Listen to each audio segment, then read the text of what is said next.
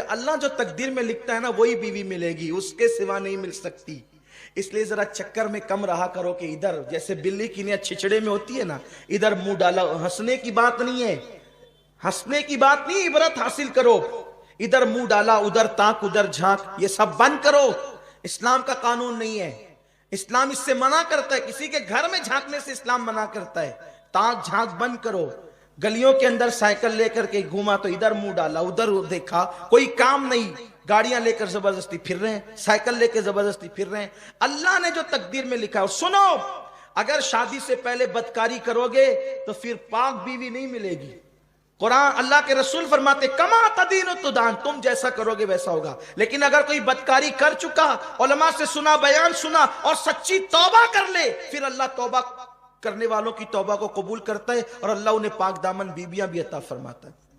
تو توبہ کر لو گے تو پھر محفوظ ہو جاؤ گے، توبہ نہیں کرو گے پاک دامن رہو۔ حضرت امام حسن پاک کہتے ہیں نا، امام حسن پاک کا قول ہے، اگر تم چاہتے ہو بیوی پاک دامن رہے تو تم پاک دامن بنو، تمہاری بیویاں خود ہی پاک دامن ہوگی۔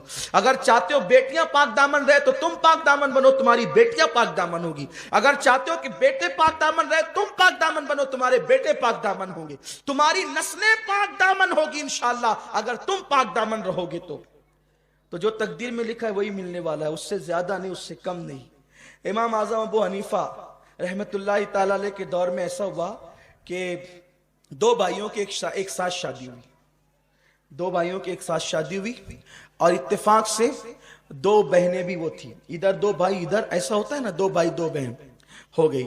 اب وہ دونوں بہنیں آئی ادھر سے اور یہ دو بھائی، شادی ہو گئی۔ تو اتفاق ایسا ہوا جب حجرے میں پہنچانے کی بات آئی تو عورتوں کی گڑبڑی کی وجہ سے اور دلہنیں تبدیل ہو گئی، دلہنیں تبدیل ہو گئی، یعنی اس بھائی کا جس سے نکاح ہوا تھا اس کی بیوی اس کے ساتھ چلی گئی اور اس کا جس سے نکاح ہوا تھا اس کی بیوی ادھر چلی گئی۔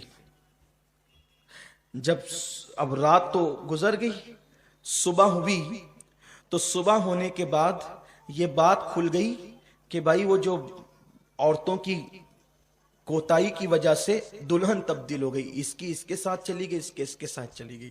اتفاق سے اس ولیمہ میں امام اعظم بھی موجود تھے، امام سفیان ثوری موجود تھے، امام اعمش موجود تھے، امام حماد، یعنی بڑے بڑے اس دور کے اکابر، یعنی کتنے بڑے گھر میں شادی رہی ہوگی وہ کہ امام اعظم جیسے لوگ اس ولیمے میں شریک ہوئے ہوں گے۔